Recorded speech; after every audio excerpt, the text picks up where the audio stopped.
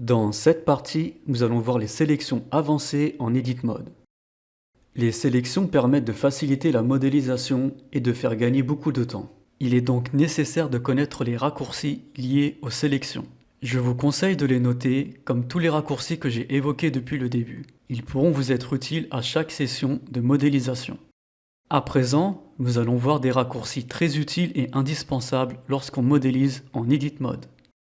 On commence par supprimer le cube en Object Mode pour rajouter un mesh de type sphère.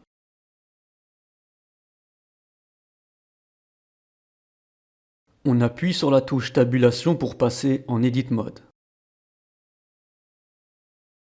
Une sphère est composée de beaucoup plus de points, de faces et d'arêtes qu'un simple cube. Je sélectionne le mode Vertex, puis je fais un clic gauche en dehors pour tout désélectionner. Pour tout sélectionner, c'est la touche A et Alt A pour tout désélectionner. Maintenant, si je veux sélectionner tous les points qui se trouvent sur un même axe, comment réaliser cela? Je pourrais très bien les sélectionner un par un avec la touche Shift enfoncée, mais cela prendrait énormément de temps, surtout si nous devons faire des opérations du même style. Donc, le raccourci pour effectuer cela est la touche Alt et clic gauche. En mode vertice, vous pouvez cliquer sur un point pour sélectionner automatiquement toute la ligne connectée à la sélection.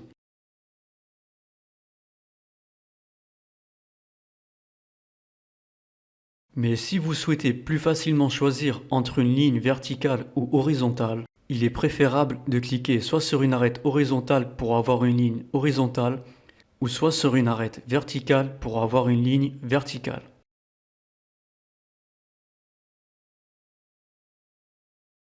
Pour le mode face et avoir une sélection horizontale, il faut cliquer soit sur le côté droit de la face, soit sur son côté gauche.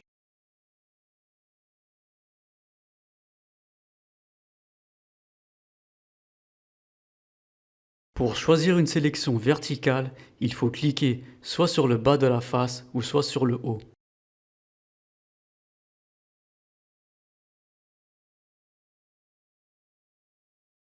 Avec la touche Shift rajoutée, nous pouvons aussi sélectionner plusieurs faces, points ou arêtes. Pour cela, faites Shift, Alt et cliquez là où vous souhaitez pour sélectionner toutes les faces, points ou arêtes adjacentes à la sélection. Enfin, pour avoir une sélection en boucle uniquement sur les arêtes verticales, il faut faire CTRL-ALT et cliquer sur les arêtes verticales.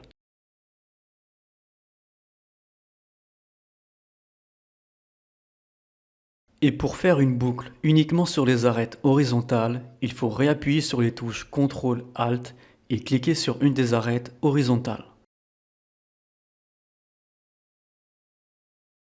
Nous pouvons également faire cela via le menu Select. Sélectionnez une arête. Allez dans le menu Select et dans Select Loops, cliquez sur Edge Ring.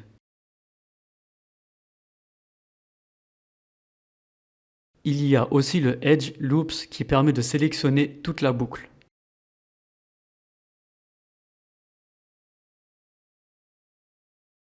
Pour faire des sélections d'un point à un autre, d'une arête à une autre ou bien d'une face à l'autre, en mode vertice par exemple, sélectionnez un point, puis appuyez sur la touche CTRL et sélectionnez un autre point. Tous les points entre le premier auquel vous avez cliqué et le second seront sélectionnés. Il en sera de même avec les faces et arêtes.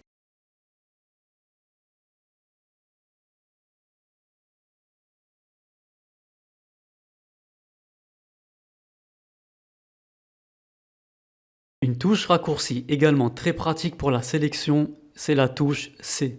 Lorsqu'on appuie dessus, il y a un cercle de pointillés que nous pouvons agrandir ou rétrécir en scrollant avec la molette de la souris. Il vous suffit ensuite de faire un clic gauche pour sélectionner ce que vous souhaitez et si vous souhaitez désélectionner des éléments, il faut cette fois-ci appuyer sur la molette de la souris.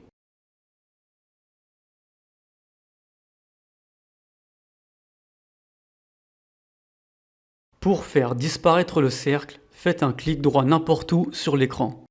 La touche raccourci pour faire une Select Box est la touche B. Lorsqu'on appuie sur cette touche, un axe de pointillés se forme autour de mon curseur. Pour sélectionner des points, il faut rester appuyé sur le clic gauche de la souris et faire des sélections avec.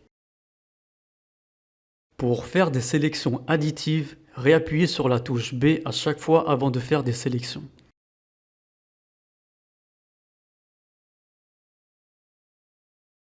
Pour en soustraire, il faut là aussi dans un premier temps appuyer sur B pour activer le raccourci, puis au lieu de faire un clic gauche, restez appuyé sur la molette pour générer le box. Là aussi, réappuyez à chaque fois sur la touche B avant de cliquer sur la molette de la souris. Nous avons aussi un moyen d'expandre notre sélection de cette manière.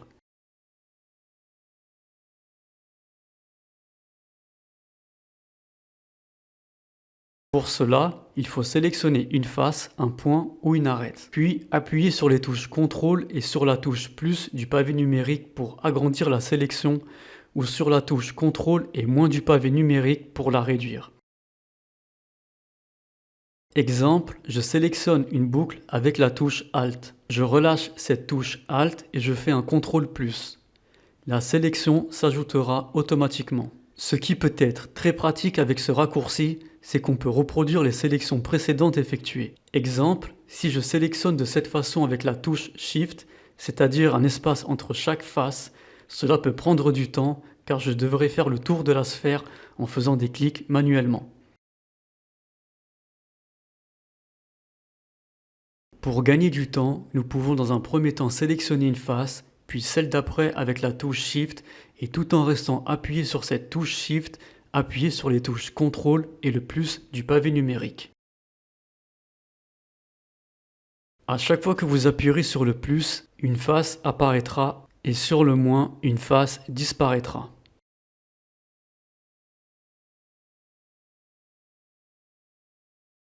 Si je souhaite sélectionner une arête sur deux, j'aurai juste à appliquer le même principe. Je sélectionne une arête, puis une autre, et lorsque j'appuie sur la touche CTRL et le plus du pavé numérique, l'opération se répète de façon linéaire. Maintenant, voyons l'inversement de sélection. Je vais sélectionner ces différentes faces. Si je veux obtenir l'inverse de ces sélections, il me suffit d'appuyer sur la touche CTRL-I et toute la sélection sera inversée.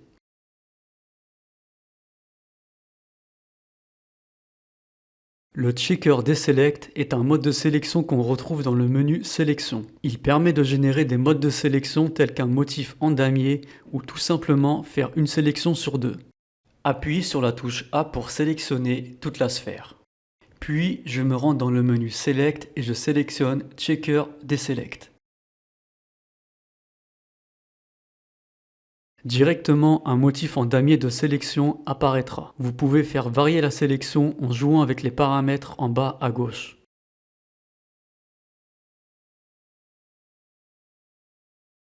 Ce mode peut être très utile pour réduire le maillage d'une structure. Exemple, je rajoute un cylindre.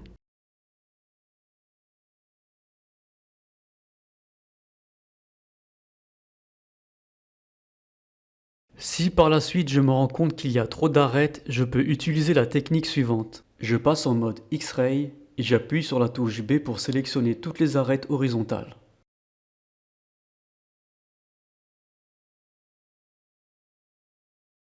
Je désactive l'option X-Ray et maintenant toutes les arêtes horizontales sont sélectionnées. Si je veux sélectionner une arête sur deux, je vais chercher l'option Deselect Checker dans le menu Select. Lorsque j'appuie dessus, je m'aperçois qu'une arête sur deux est sélectionnée comme je le voulais. J'ai plus qu'à appuyer sur la touche X pour cliquer sur Dissolve Edge. À présent, après avoir appliqué le Dissolve Edge, je vois que le nombre d'arêtes de mon cylindre a été divisé par 2. Voilà pourquoi il est conseillé lorsque vous rajoutez un mesh tel qu'un cylindre d'avoir ou rajouter un nombre de segments pair. Si le nombre de subdivisions est impair, lorsqu'on enlèvera des segments comme je viens de le faire, la géométrie finale ne sera pas symétrique. Maintenant, voyons le mode de sélection similaire. Ce mode de sélection similaire s'effectue via la touche raccourci Shift-G. Cliquez par exemple sur une des faces, puis faites Shift-G. Un menu apparaît avec diverses options. Si vous choisissez l'option périmètre, toutes les faces du même périmètre que la sélection que vous avez faite seront sélectionnées. je réessaye la même chose avec d'autres faces.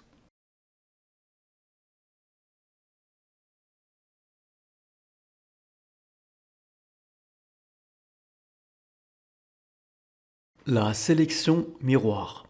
On peut retrouver cette option dans le menu Select tout en bas. La touche raccourcie est le Shift CTRL M. Elle permet de reproduire les sélections selon les axes X, Y ou Z, voire de plusieurs axes en même temps. Exemple, je sélectionne ces différentes faces. J'appuie sur la touche Shift CTRL M. Et là, nous voyons que les sélections ont été changées par ceux de l'axe X. Nous pouvons changer l'axe dans le menu de paramétrage. Et également extendre la sélection en cochant cette case.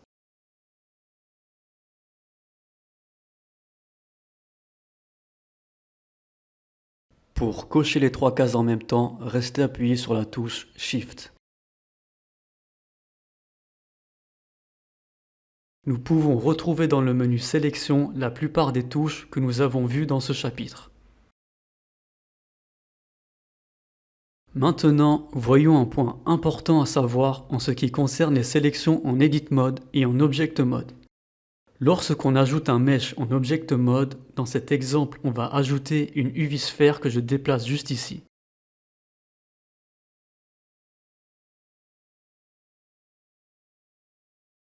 Nous pouvons voir que les sélections sont indépendantes l'une de l'autre. Si je veux éditer la sphère, je passe en mode Edit et là je peux la modéliser.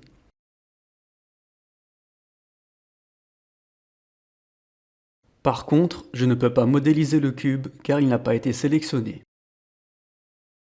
Je repasse en Object Mode et cette fois-ci je sélectionne le cube. Je passe en Edit Mode et là je peux le modifier mais pas la sphère car j'ai sélectionné uniquement le cube.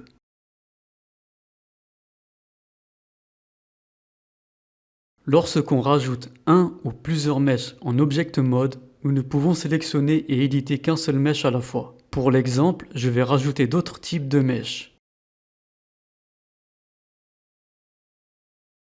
Toutes les sélections sont séparées et je peux en éditer qu'une seule à la fois.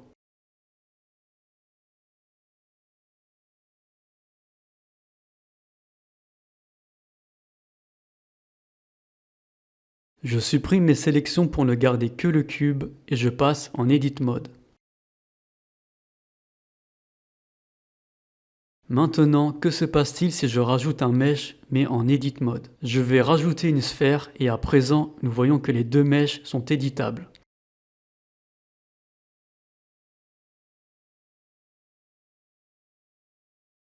Et quand je repasse en Object Mode, les deux meshes sont liés dans la sélection. Pour résumer, lorsqu'on rajoute un mesh en Object Mode, le mesh sera indépendant des autres objets.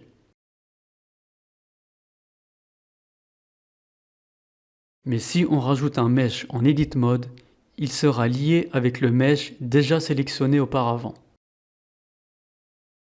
Il est aussi possible de séparer des sélections, ce que je vais faire avec le cube et la sphère qui sont liés. Pour cela, je me rends en Edit Mode, je sélectionne tout avec la touche A, puis j'appuie sur la touche P du clavier et je sélectionne By Loose Parts. À présent, les meshes sont séparés et indépendants. Il faudra en sélectionner un à la fois pour en éditer. A contrario, si je veux lier deux meshes, il faut être en Edit Mode. On sélectionne les meshes en restant appuyé sur la touche Shift et en faisant un clic gauche. Une fois sélectionnés, nous n'avons plus qu'à appuyer sur les touches CTRL et J en même temps. Les meshes ont bien été liés. Nous pouvons à présent les éditer ensemble en Edit Mode. On peut lier autant de meshes que l'on souhaite. Pour remontrer un exemple, je vais rajouter plusieurs meshes indépendants en Object Mode. Soit je les sélectionne un par un en restant appuyé sur Shift et en faisant des clics gauche,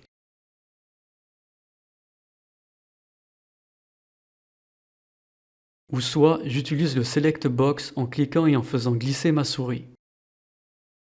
Une fois que tout est sélectionné, je fais CTRL-J pour tout lier.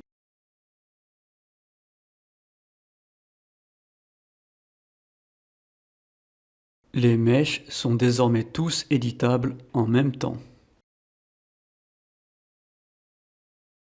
À présent, vous savez comment lier et délier un mesh. À savoir, si vous avez plusieurs mèches de lier en Edit Mode et que vous souhaitez sélectionner l'entièreté d'un seul mesh sans sélectionner les autres, il suffit de cliquer sur un point, une arête ou une face de ce mesh, puis d'appuyer sur la touche L. Seul le mesh que vous avez choisi sera sélectionné.